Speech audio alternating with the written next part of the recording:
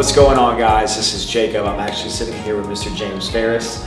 We're actually at a beautiful build today that has been a long time coming. We're pretty excited about it.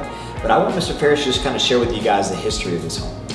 Okay, it was built in 1899.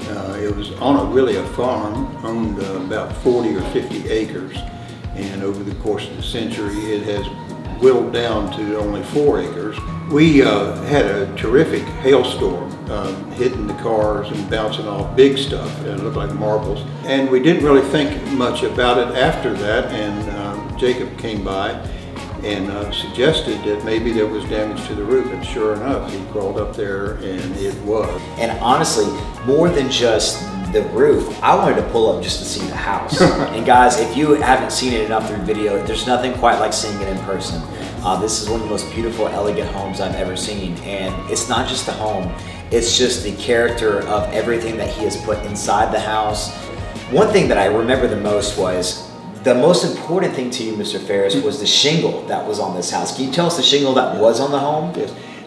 We bought the house 25 years ago, and of course it had shingles at that time. And it was built, the addition was 1988, so we think that the shingles were from 88. And I think they were a particularly beautiful shingle made for the house, and we have pictures of it from the 1940s. It had shingles similar to what they put on it. So I started soon after we moved in trying to find a shingle to duplicate it, and everything that I could find, it was discontinued, no one made it, but Jacob was able to do much better research than I could and came up with a shingle that we're real happy with. Mr. Ferris actually had roll roofing cut where some shingles had fallen out over the years and had actually fitted to match the roof so he could continue having that GAF Sienna style roof for as long as he could. But when that storm came through, we had to present opportunities, and it was a fight to find the right shingle. Just the time that we're in, shingles are so hard to come across right now. I think we ended up settling with a shingle that we're very happy with, which is Carriage House, Sherwood Forest Green. Yes. So just one kind of final question I want to ask you.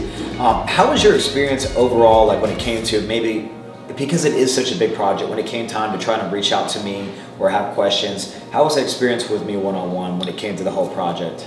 It was great, and I want to emphasize to us, one of the most important things were first that you were the only one to come by and pointed out that we probably need to look and make sure or see if there is damage.